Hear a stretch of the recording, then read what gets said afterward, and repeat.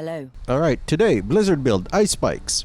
We're gonna check out how Blizzard stacks and how Ice Spikes stack if cast on the same spot. We're gonna talk about Tibault's Will and its interactions with Flame Shield and Deep Freeze. And of course, we're gonna talk about the Blizzard build, how it works, and why you should run it. And basically, the reason you should run it is because you want to feel like a force of nature and you don't feel like playing a druid. On your screen, you will see Blizzard. It is a terrible ability on paper because the damage it deals is terrible. 26,000 looks great until you read that it does it over 8 seconds. So it's 26,000 divided by 8. I'm not even going to do the math on that, it's just terrible. The real value of Blizzard lies in two things. One, it's kind of high lucky hit chance compared to the 6% of Lightning Spear, as well as its ability to create ice spikes with the glacial aspect. Now, this is not a build you're going to want to start off with from the very beginning, because the big problem with this is that the glacial aspects, as well as anything that involves ice spikes or damage, need to scale up. They have different roles for basic tier, sacred tier, and ancestral tier, which is terrible, because there's a chance that you might not see a glacial aspect for a very long time. I play a lot of Diablo, I played a lot of Sorceress, and this is like one of 3. But anyway, the damage you deal does not come from your weapon, nor does it come from Blizzard. It comes from those ice spikes, which can deal up to 2,751 damage. What that doesn't tell you is that those things also feed off your stats. It can crit, they have their own critical strike chance based on your own, and because of this aspect, also deal extra damage against frozen enemies. So that really puts us on the road to just freezing as many things as we can, as quickly as we can, to maximize the value of our spikes. Here's the good news. Blue Rose is technically not required, but it will help you out a lot because it increases ice spike damage by up to 63%. My roll is terrible, and comes with a mana cost reduction on it, which you cannot normally find on rings. Its lucky hit ability is also nothing to sneeze at. Damaging an enemy has up to a 30% chance to form an exploding ice spike, dealing up to 2,413 cold damage, and triple that lucky hit chance if the enemy is frozen. Oh, and don't worry if you can't spot the ice spikes. They're not actually little spikes, they're little, little popping explosions on the floor. I don't know if that's my graphic settings or not, but I will show you a clearer image of that later on as we go into testing Blizzard. For now, let's talk about the cube of the frozen tundra, or the frozen tundra aspect, which reads, while Deep Freeze is active, which by the way is in the build, exploding ice spikes form in the area, dealing up to 2,452 cold damage, and your ice spikes have increased explosion radius 50%. Why is that important? Because you cannot target your ice spikes. You can only gently guide them towards where you want them to explode. It's like the weather. When the weather says there's 30% chance of rain, it is not 30% chance of there being rain. It is 30% of the area will be covered in rain. And you know what? I don't know if that's true. I only learned that in TikTok. Increasing the radius of our ice spikes generally just improves its accuracy. Precision? Well, one of the two. It just makes them easier to hit. Okay? It just makes them more likely to hit things that are in there, because the ice spikes aren't centered either. They can spawn anywhere. So that's it. That's the gist of the build. Gameplay mostly revolves around seeing as little of the enemy as possible, because you're not super tough. You're not super strong. You can go down in a hit if you are not careful, or at least that has been my experience at times. And it is nowhere near as fast as, say, any of the lightning builds, but who is as fast as Ball Lightning now? Not Blizzard, that's for sure. Now, the next question that I had when I was running this build is, okay, let's talk Blizzard mechanics. The first question for many people, of course, is, does Blizzard stack? So here we're casting one Blizzard. We're going to wait for it to run out, and then we're going to cast multiple Blizzards on it at the same time to see if the damage changes. Now we're going to cast multiple Blizzards at the same time. The number will increase, indicating that it is damaging at a higher rate. Instead of seeing multiple small numbers, you will just see that one big number. This does indicate that Blizzard does indeed stack. However, I cannot really test how quickly it chills something. I assume that it also stacks in a way.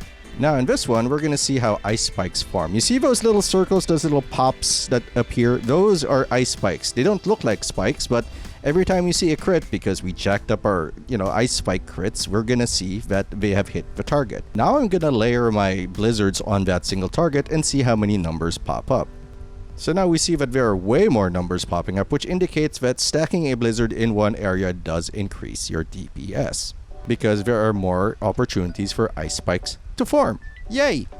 Honestly, and here's the deal with it, it's a stylistic choice whether or not you wanna run Blizzard. It has to be something you feel like, really speaks to you, and if Lightning doesn't speak to you, it's a perfectly good option. The problem with it is, it's not Lightning. Lightning is at the top of the heat. It is efficient, it is strong, and it requires very little of the player compared to Blizzard. But don't let that stop you. If this is your idea of fun, and it is for me, well, have at it. Have fun with the build. Now come the part of the show where we talk about the build. We're not going to discuss every little detail, there is no need to, but we are going to discuss important aspects as well as important skills and paragons. Oh, and the enchantments too, of course. If you already know what that's all about and just want to see what this build is specifically, you can check it out in the link in the description below. And if you do leave the video at this point, I encourage you to like, comment, subscribe, do all those nice things and more because that would help me out a lot. For the rest of you, huddle up. Let's talk Blizzard. For our two uniques, in addition to Blue Rose, we are running Tibault's Will and Esu's Heirloom. Tibault's Will is basically everybody's best friend, even if they are not using that resource. We are though. Because the moment you become unstoppable and for 4 seconds after, you gain up to 40% increased damage. Full stop. I mean, the fact that when you become unstoppable, you gain your primary resource is also great. But even if it didn't have that resource thing, it would still be a fantastic unique. It'd probably still be one of the best in slots for almost any class, any build.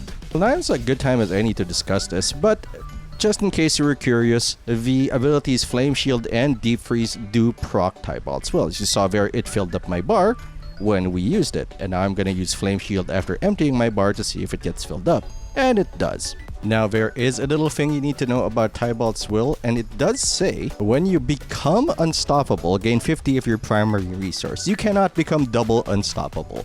If you are already unstoppable and pop a different ability that makes you unstoppable, you will not gain the resource. Now this is a niche case, especially in this build because it doesn't have that many mana issues, but it can matter in niche situations or in other builds, such as the Ball Lightning build. Ask me how I know.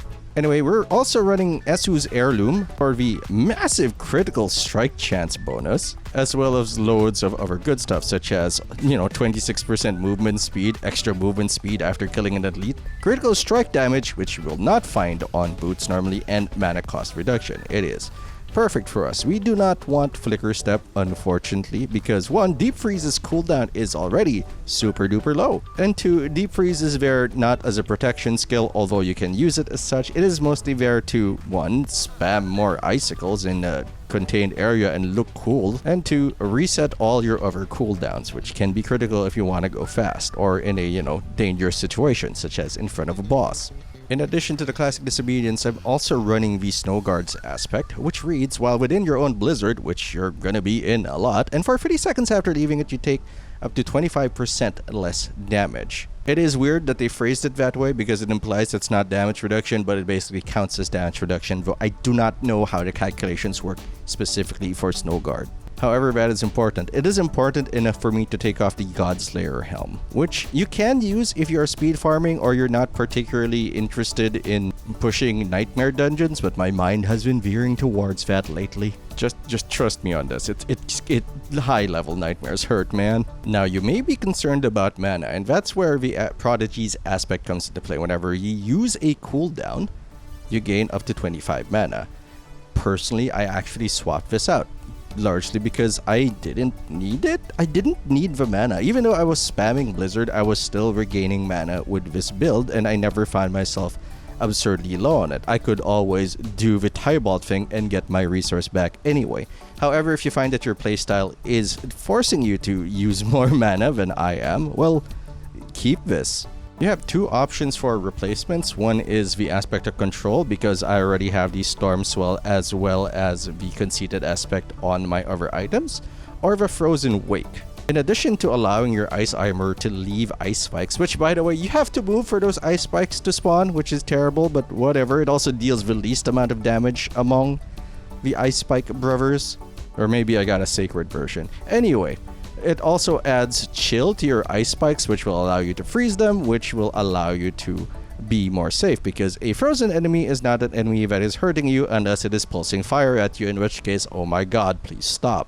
Alright, skills. We are going to discuss the stuff on our bar, but I'm not going to go over every little thing in the passives because 1, it is long, and 2, honestly, the vast majority of them are just defensive numbers and offensive numbers. So let's not, I don't want to bore you guys. Although if you want an in-depth look at those as well, let me know in the comments below. Anyway, let's start with our bar, the most important stuff. But this is a pretty standard bar for many sorcerers. And by bar, of course, I mean enchantments. I just forgot about them. Here you go. They are important. Frozen Orb is our chosen enchantment. Whenever we cast a non-basic skill, we have a 30% chance, not a lucky hit, just a 30% chance to launch a Frozen Orb at a nearby enemy. Frozen Orb's explosion restores 5 mana when hitting a frozen enemy. Great for sustaining our mana, great for applying extra chill, and also just extra damage. I have 2 ranks in it? That doesn't make sense. Anyway, the other enchantment is, you know it, you love it. It's Firebolt. Direct damage from skills applies up to, who cares how much burning damage. The important part is it applies over 8 seconds,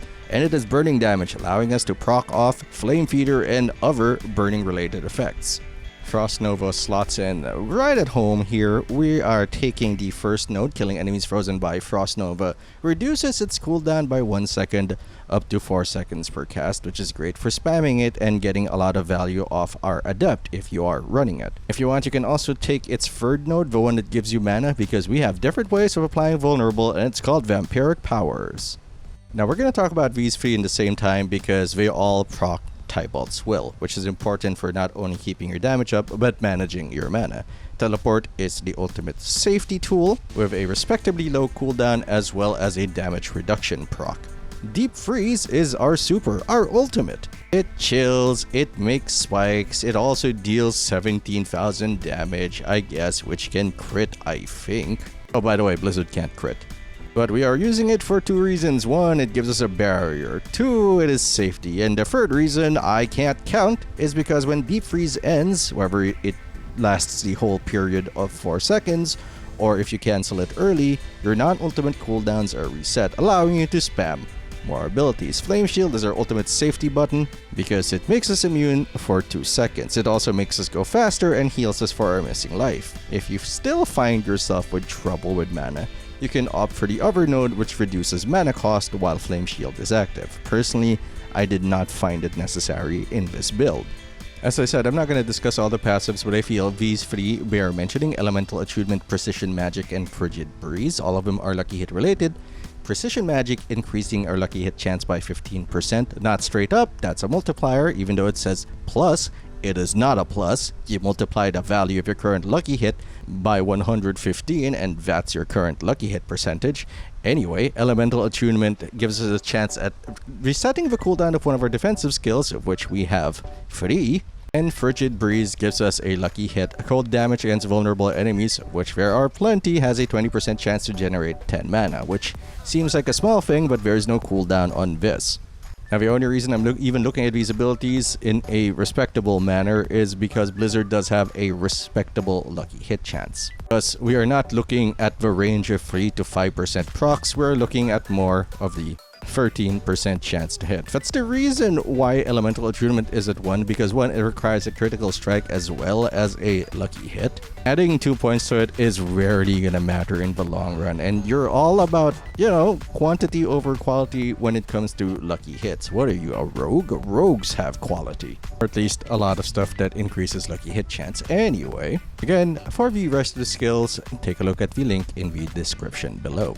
Now for Vampiric Powers, let's start with Prey on the Weak, which allows us to increase our damage to vulnerable enemies, and enemies are vulnerable while affected by a vampiric curse. We have 2 ways of applying that vampiric curse: Metamorphosis and a Cursed Touch. Metamorphosis can apply it as well as making it an unstoppable Tibault generator. However, the problem with this is that we don't actually want to dash into people. We'll consider it a bonus if we use this to actually inflict people with it. That's why we're also running a Cursed Touch, which has a lucky hit of up to 33% or 44% once you max it out, of afflicting a vampiric curse on enemies. Afflicted enemies have a 15% chance to spread it to other enemies. Also, the souls explode for more, but we still don't have numbers on those, so it's probably weapon damage, honestly. Like 200% of weapon damage, which is actually kind of respectable. With these first 3 Vampiric Powers, we have no need for Frost Nova to deliver our vulnerable. We do not need to take the Frost Orb node that has a chance at making things vulnerable, and even then that node isn't particularly great anyway.